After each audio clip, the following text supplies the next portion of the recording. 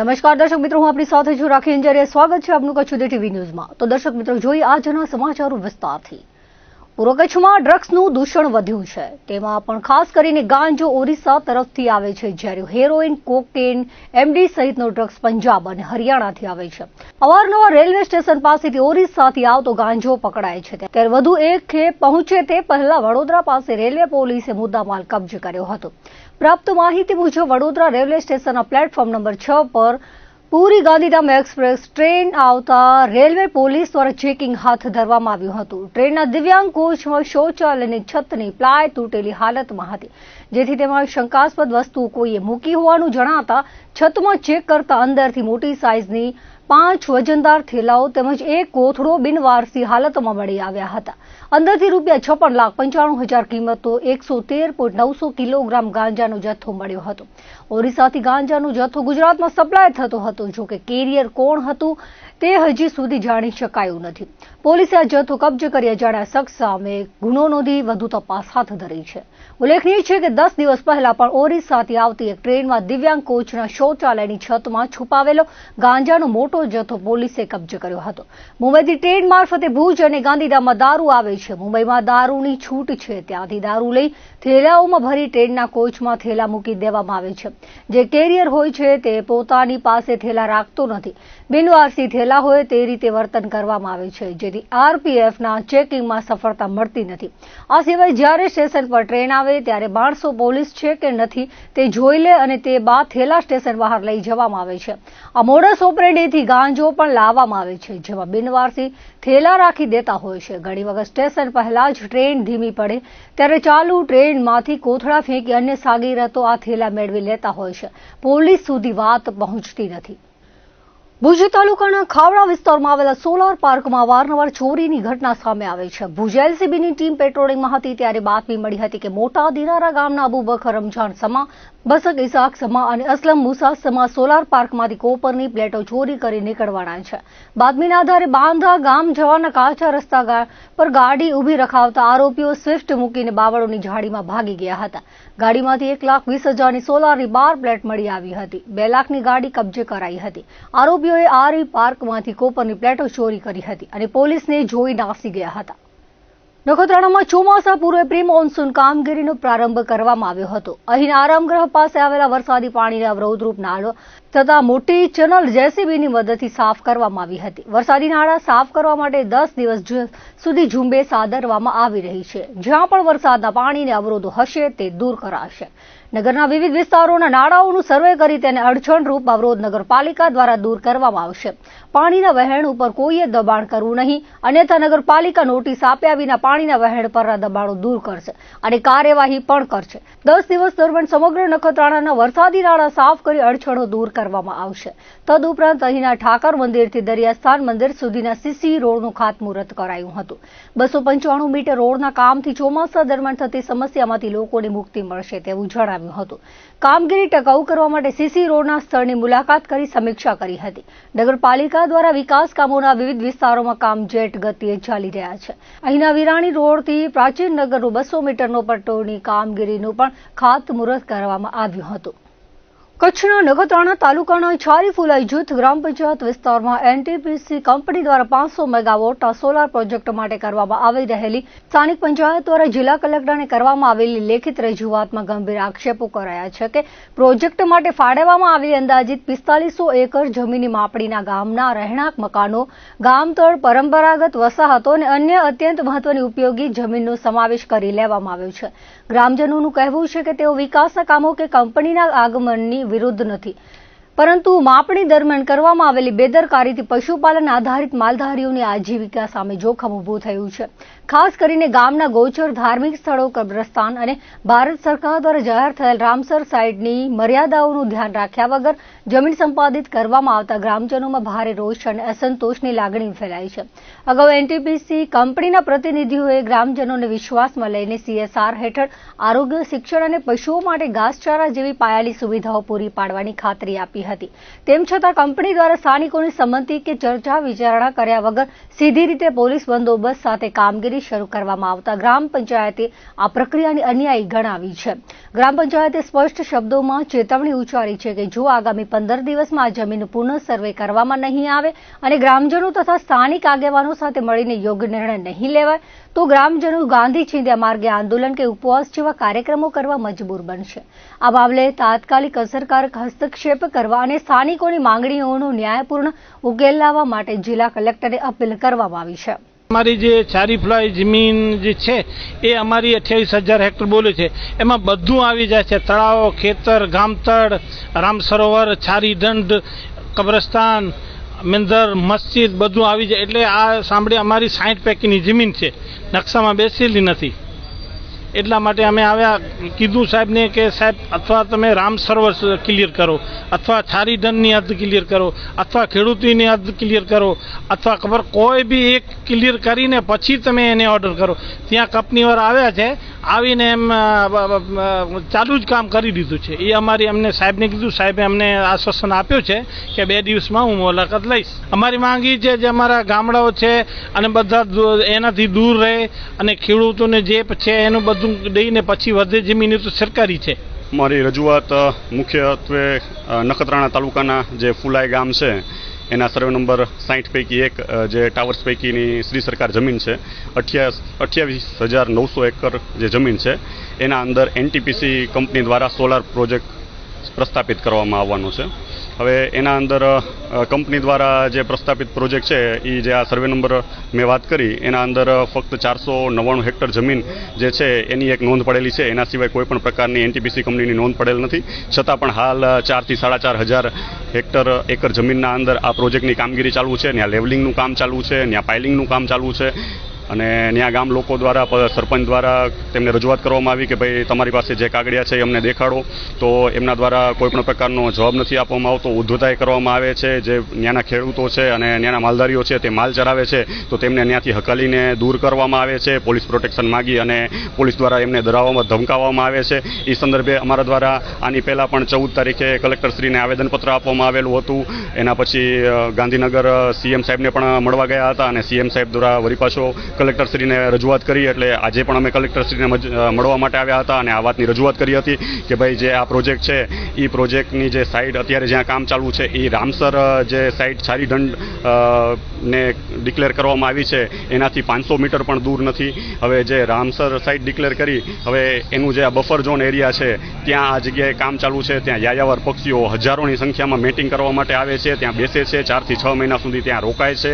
હવે આ જગ્યાએ આટલી સેન્સિટિવ જગ્યાના અંદર આ પ્રકારની કામગીરી કરવામાં આવશે તો પછી પક્ષીઓનું શું થશે? આ માલધારીઓ છે એ બધા કઈ જગ્યાએ જશે? અને જે ખેડૂતો છે એમની જે જમીનો છે, જે માપણી સીટના અંદર બેઠેલી જમીનો નથી, એ જમીનો પણ એના અંદર આવેલી છે. 2 થી 3 જે ગામો છે એની ગામતળની જમીનોના અંદર પણ કંપનીવાળા દાવો કરે છે કે ભાઈ આ જમીનો એ અમને પાસ થઈ ગયેલી છે. આ સંદર્ભે દરેક પ્રકારની અમારા દ્વારા રજૂઆત કરવામાં આવી અને કલેક્ટરશ્રીને કહેવામાં આવ્યું કે આ અતિ સંવેદનશીલ મુદ્દો છે, એટલા માટે આપના દ્વારા સ્થળ નિરીક્ષણ કરવામાં આવે. વેટલેન્ડ ઓથોરિટી, ફોરેસ્ટ વિભાગ અને આપના દ્વારા સંયુક્ત અભ્યાસ કરી અને આના અંદરથી રસ્તો કાઢવામાં આવે. જે છારી દંડની બાજુનો જે વિસ્તાર છે જ્યાં અત્યારે કામ ચાલુ છે એ તુરંત બંધ કરવામાં આવે અને એના વિરુદ્ધ જે કાર્યવાહી હોય એ કરવામાં આવે, જેવી અમારી મુખ્ય રજૂઆત હતી. અમારી માંગ સ્વીકારવામાં નહીં આવે તો ફુલાઈ ગ્રામ પંચાયત અંદર કુલ 11 ગામો આવે છે. 11 ગામના લોકો દ્વારા ગાંધી ચિંધ્યા માર્ગે આંદોલન કરવામાં આવશે. જો એવું લાગશે તો જે જગ્યાએ કામ ચાલુ હશે ત્યાં અમે ધરણા કરીને બેસી જશું. અમે કલેક્ટર કચેરીએ આવશું, અમે મામલતદારના અંદર અમે એનો ઘેરાવ કરશું. અમે અમારા જે માલ ઢોર છે, જે અમારા ભેંસું, ગાયું, ઘેટા, બકરા, ઊંટ માલધારીઓ અમે બધા છીએ, તો બધા માલધારીઓ પોતાનો માલ લઈ અને કલેક્ટર કચેરીનો ઘેરાવ કરશે. રાપર તાલુકાના ઉમૈયા ગામના ખેડૂતોએ 400 કેવી વીજ લાઇનના વળતર અંગે જિલ્લા કલેક્ટરને રજૂઆત કરી છે. રિલાયન્સ ઇન્ડસ્ટ્રીઝ લિમિટેડના લાકડિયા પુલિંગ સ્ટેશન પ્રોજેક્ટ અંતર્ગત ખેડૂતોની જમીન પર ટ્રાન્સમિશન લાઇનના થાંભલા અને વાયરિંગની કામગીરી કરવામાં આવી રહી છે. આ અંગે ગામના અસરગ્રસ્ત ખેડૂતોએ જિલ્લા કલેક્ટરને લેખિત અરજી આપીને માંગ કરી છે કે તેમની જમીન, પાક, વૃક્ષો અને મિલકતને થયેલા નુકસાન તથા જમીન પર પડેલા કાયમી પ્રભાવ બદલ તેમને ન્યાયી વળતર આપવામાં આવે. ખેડૂતોએ એવી સ્પષ્ટ રજૂઆત કરી છે કે વળતરની ગણતરી માત્ર કાગળ પરના આંકડા કે મૂલ્યના આધારે નહીં, પરંતુ ભારતીય રૂપિયાની વાસ્તવિક ખરીદ શક્તિ અને ઐતિહાસિક સોનાના ધોરણને ધ્યાનમાં રાખીને થવી જોઈએ. રાઇટ ઓફ વે અને જમીનના વપરાશ પરના પ્રતિબંધોને ધ્યાને લઈને યોગ્ય મૂલ્યાંકન કરવામાં આવે તેવી માંગ અસરગ્રસ્ત ખેડૂતોએ કરી છે. જે રિલાયન્સ પોલ લાકડિયા લાઈન મારા સર્વે નંબર 185માંથી નીકળી રહી છે, 185 પૈકી એક, એમાં જે મને કોઈ મારી સાઇન નથી, મારી કોઈ પરવાનગી નથી અને દાદાગીરી જેવું મને લાગે અને મારે જમીન છીનવી લેવા એ લોકો માંગે છે. કોઈ પણ મારી વાત સાંભળતા નથી. મેં કલેક્ટર સાથે આજ બીજી વખત હું મળું છું અને આના પહેલાં મેં સુનાવણી કરી પણ મારો ઓનલી વન ફોટો જ પાડેલો છે અને સાઇન કરાવી છે. બાકી કોઈ વાત નકચિત કોઈ રજૂઆત થઈ નથી અને મને એવું લાગે છે કે મારે હવે શું વિચારવું જ નક્કી નથી થતું.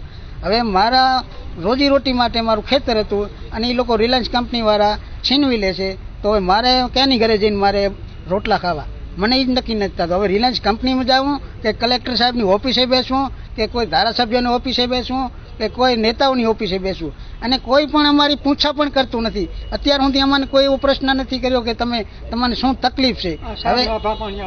હવે અમારે તો શું કરવું? અમે એવા વિકલાંગ માણસો છીએ કે અમારા હાથ નથી, પગ નથી, કોઈ જગ્યાએ આડું નથી થવાતું અને જો અમારા જેવાની જમીન છીનવી લેતા હોય તો અમારે કોઈ કાંક કર્યા સિવાય અમારો નિર્ણય નથી કોઈ. અમારે શું કરવું? અમે વિચારી રહ્યા છે.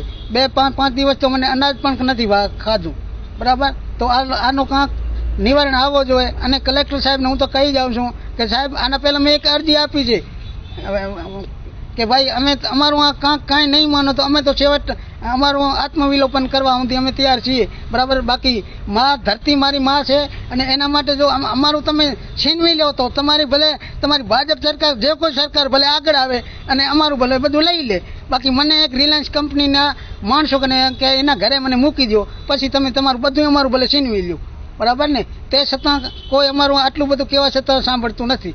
અત્યારે રાપર તાલુકામાંથી રિલાયન્સ કંપનીની એક 400 kVની વીજ લાઇન નીકળે છે. ત્યાંના ખેડૂતોને યોગ્ય વળતર આપ્યા વગર પોલીસનો સાથ લઈ દાદાગીરી કરી ખેડૂતોને ધમકાવી બળજબરીથી ખેડૂતોના ખેતરોમાંથી લાઇન કાઢી રહ્યા છે. એના માટે થઈને આજે રાપર તાલુકાના 4-5 ગામોના ખેડૂતો અહીં આવ્યા છે કલેક્ટર કચેરીમાં કલેક્ટરશ્રીને મળીને રજૂઆત કરી છે. જેમાં વરજવાણી ગામ, સેલારી, પ્રાગપર, ઉમૈયા અને ખોરાસર આ ગામના ખેડૂતો અત્યારે આવ્યા છે અને ખેડૂતોની માંગણી એક જ છે કે કચ્છમાં હજી ઘણી બધી લાઈનો પહેલાં નીકળી છે ને હજી નીકળવાની છે, તો ક્યાંક તમે 20, 25, 30 લાખ રૂપિયા વળતર ચૂકવો અને ક્યાંક માત્ર 1-2 લાખ રૂપિયા જ વળતર ચૂકવો. આ અન્યાય અત્યારે ખેડૂતો ઉપર અત્યારે આ સરકાર કરી રહી છે, તો ખૂબ જ દુઃખદ બાબત છે. જેના માટે અમે કલેક્ટરશ્રીને રજૂઆત કરી છે કાયદાની જોગવાઈ મુજબ કે જ્યારે કોઈ પણ વળતરની રકમ નક્કી કરવી હોય તો ત્યારે કલેક્ટરની જવાબદારીને ફરજ છે કે એક ખેડૂતોના પ્રતિનિધિ એટલે કે એના વેલ્યુઅર નિમવાના હોય છે, એક કંપનીના વેલ્યુઅર હોય છે ને એક કલેક્ટરશ્રી પોતે હોય છે અને એના પછી માર્કેટ વેલ્યુ જ્યાં ખરેખર બજાર કિંમત શું છે એને ધ્યાનમાં રાખી અને વળતર ચૂકવવાનું હોય છે. પરંતુ આ તો મામૂલી જૂની જંત્રીને આધારે લઈ અને મામૂલી વળતર 1-1.5 લાખ રૂપિયા 2 લાખમાં લાઈનો કાઢી જવા માંગે છે. તો ખૂબ આ દુઃખદ બાબત છે અને ખેડૂતો ઉપર જે અત્યારે અત્યાચાર થઈ રહ્યો છે કે અત્યારે કચ્છ જિલ્લામાં 6 ધારાસભ્યો ભાજપના છે, સાંસદ પણ ભાજપના છે, પંચાયતથી કરીને પાર્લામેન્ટ સુધીની સત્તા ભાજપની હોય ત્યારે તેમ છતાં ખેડૂતો આટલા બધા દુઃખી કેમ થાય? આજે ખેડૂતો એટલે જગતનો તાત છે. આખા જગતને જ્યારે અનાજ પૂરું પાડે છે ત્યારે એના ઉપર આટલો બધો ત્રાસ શા માટે કંપનીઓ આપે છે? અત્યારે તમામ તંત્ર, પોલીસ તંત્ર હોય, વહીવટી તંત્ર હોય, સરકારના પ્રતિનિધિઓ છે, એ તમામ અત્યારે કંપનીઓને મદદ કરી રહ્યા છે. તો અત્યારે કંપનીઓ માટે કામ જાણે કરતા હોય આ લોકો એવું અત્યારે લાગી રહ્યું છે. અત્યારે તમે વિચાર કરી લ્યો કે અત્યારે આટલો બધો અત્યાચાર ખેડૂતો ઉપર થાય છે, કોઈ ભાજપનો પ્રતિનિધિ બોલવા તૈયાર નથી, સાથે નથી, યોગ્ય વળતર આપો ખેડૂતને એટલું કહેવા પણ તૈયાર નથી. તો આ ખૂબ ખરાબ બાબત છે. અત્યારે હમણાં જ આપણે સુરેન્દ્રનગર જિલ્લાના કોંઢગામ હોય ત્યાં પણ આવી રીતે જ ખેડૂતોને હેરાન કરવામાં આવે છે. વાંઢિયા ગામમાં 1.5 મહિના સુધી ખેડૂતોએ આંદોલન કર્યા અને અત્યારે 15 તારીખના આવતી કોંગ્રેસ પક્ષના આગેવાનો દ્વારા એક મોટી રેલીનું આયોજન ખેડૂતો માટે કરવા જઈ રહ્યા છે કે ભાઈ તમે લાઈનો કાઢો, કદાચ વિકાસ કરો એની સામે વાંધો નહીં, પણ તમે આ રીતે વિકાસ થશે? કંપનીઓ કાયમી કમાવાની છે જ્યારે ખેડૂતોને માત્ર એક વખત જ વળતર ચૂકવવાની વાત હોય અને તે પણ યોગ્ય વળતર ન ચૂકવાય અને કલેક્ટરશ્રી ખાલી ચીલાચાલુ જવાબ આપે, જોઈ લેશું, અમે તપાસી લેશું, આ બરાબર નથી. ખેડૂતોને ખરેખર એને ખેડૂતોને સાથે ઊભા રહી કંપનીને બોલાવી સાથે બેસાડી અને આમ સહમતિ એવો થવો જોઈએ કે બંનેની સહમતિ હોવી જોઈએ. જે મારા ગામની અંદર ઘણા સમયથી આ સમસ્યા હાલે રહી. મારા ખેડૂતોને આ દિવસ સુધી, અમારા ગામના જે ખેડૂતો છીએ, અમને આ દિવસ સુધી કોઈ ન્યાય મળ્યો નથી. અને અમારી ગૌચર જમીન અને અમારા જે માલિકીની ખેતર છે એની માલિપા કંપની ગેરરીતિ કરે છે અને એ લોકો બળજબરી થાંભલા ખોડે છે. ખેડૂતો બંધ કરવા જાય તો એમની પાસેથી પોલીસ પ્રોટેક્શન, એ લોકો પોલીસને બોલાવી અને એમનું પ્રોટેક્શન માંગી લે છે. તો ખેડૂતને શું કરવું? ખેડૂતની માલિકી છે. અત્યારે હાલ અમે કલેક્ટર સાહેબ જોડે આવ્યા છીએ તો અહીંયા અમને ચિઠ્ઠી સિવાય ને રજા સિવાય અંદર જવા પણ નહોતા આપતા. બરાબર? જો આ એક આમ પ્રજા માટેની કચેરી છે અને પ્રજાના કામ કરવા માટે અહીંયાના અધિકારીઓ બેઠા છે, જો એમની અમારે પરમિશન લઈને અંદર જવું પડતું હોય તો અમારા તો બાપદાદાની માયા મિલકત છે, અમારા બાપદાદાની જમીન છે, તો આ લોકો અમારા ખેતરમાં રિલાયન્સ કંપનીવાળાઓને કોને આપી પરવાનગી? બરાબર? તો આવી રીતે અમને હેરાન કરે છે અને પૂરતું વળતર મળતું નથી. નજીવા દરે જેમ કે લાખ 1.5 લાખ રૂપિયા વળતર આપી અને આ લોકો ગેરરીતિ કરવા માગે છે. અમારું કોઈ સાંભળતું નથી અને અમે એવું કહેવા માંગીએ છીએ આ મીડિયાના માધ્યમથી કે અમને સાચો ન્યાય મળે અને સાચી અમને વળતર મળે. બરાબર? અમારી જમીન છે એક વખત અમારા હાથમાંથી નીકળી જાય, અહીંયા જે 400 કેવીની લાઈનો નીકળે છે અને એનો પછી એ જગ્યા ઉપર અમારે કોઈ સારી રીતે ખેતરનો પાક પણ અમે નથી લઈ શકવાના, એ નક્કી જ છે. બરાબર? તો આ લોકો અમારી માગણી એ છે કે અમારી માગણી સ્વીકારે અને કલેક્ટર સાહેબને પણ અમે રજૂઆત કરવા આવ્યા છીએ અને સાહેબને એમ કહીએ છીએ કે કલેક્ટરશ્રીને કે અમને સાચો ન્યાય મળે. બરાબર? એ રીતે અમારું આ કાર્ય આગળ વધારો અને એક તરફી કોઈ વલણ ન ખેંચો. ખેડૂતનો પણ હક છે અને ખેડૂતને સાચો ન્યાય મળે આવી અમે અપેક્ષા રાખીએ છીએ. અને ગૌચર જમીન ઉપર જે થાંભલાઓ ખોડાય છે એની પણ કોઈ પરમિશન લીધી નથી, કોઈ પંચાયતની પરમિશન નથી લીધી. કંપનીઓ એવું કહે છે કે અમને કલેક્ટરશ્રીએ હુકમ કરેલો છે. બરાબર?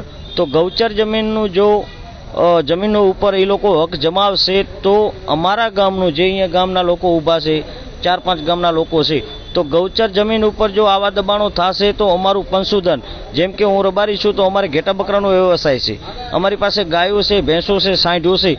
બરાબર? તો અમારે પશુધનને લઈને જવું ક્યાં અને પશુધનનું શું કરવું? પશુધનને આ પૃથ્વી ઉપર જીવવાનો હક નથી.